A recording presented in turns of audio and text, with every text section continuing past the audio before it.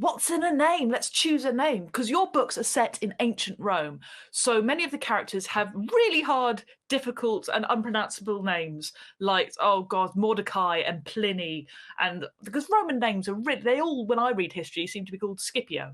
Um, is You, that you just pronounce you hard? pronounce those names perfectly, Mordecai and Pliny, and that's why I put a kind of glossary at the end of each book called Aristo's Scroll, where I tell you how to pronounce the names and also some of the Latin words. You didn't come up with those names, did you? I mean, were there names that you completely made up?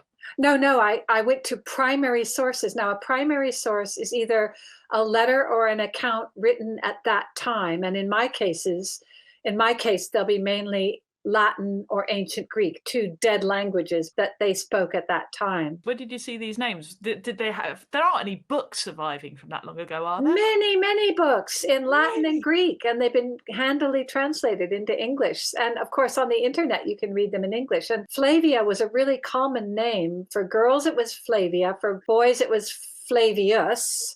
And Ooh. it means light brown or tawny, like the color of a lion's skin. She wasn't even going to be called Flavia. At first, she was going to be called Claudia or Claudia. But I thought, wait, Because do you pronounce you it said Claudia? air. You said air, and that's more like air, isn't it? What? Claudia. Claudia. Claudia. Claudia. I rejected that. I can't remember why. And then I thought, no, I'll make her Fulvia. But Fulvia sounds a little bit too posh, really. A very Uh, posh name, a bit Fulvia. posh. So, and then I settled on Flavia. But of course, people don't know how to pronounce it, Flavia, Flavia. But let's say Flavia and call the whole thing off.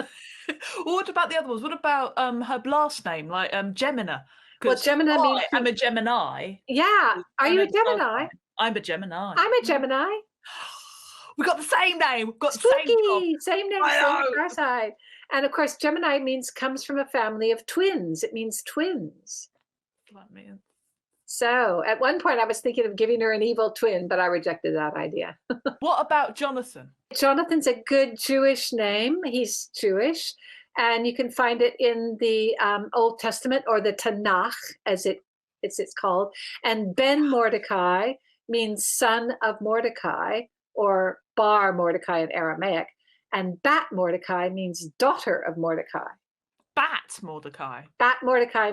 So Jonathan's got a beautiful older sister called Miriam Bat Mordecai. It means Miriam, daughter of Mordecai. I thought it meant you were owned by Batman. Silly. I am being silly. What about Nubia?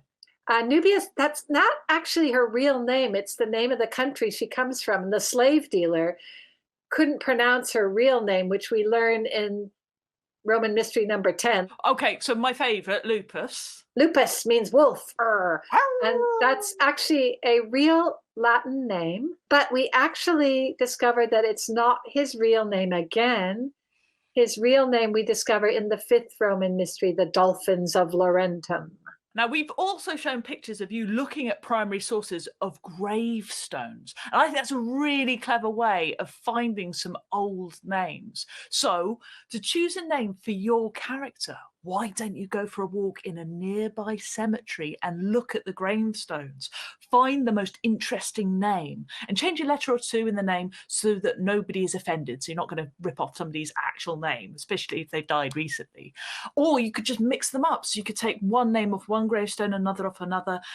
And if the names you've chosen for your character don't fit, then keep changing it until they do fit. Or you could do it the other way. You could find a name and think, what sort of person would have had that name, and write a little biography of them.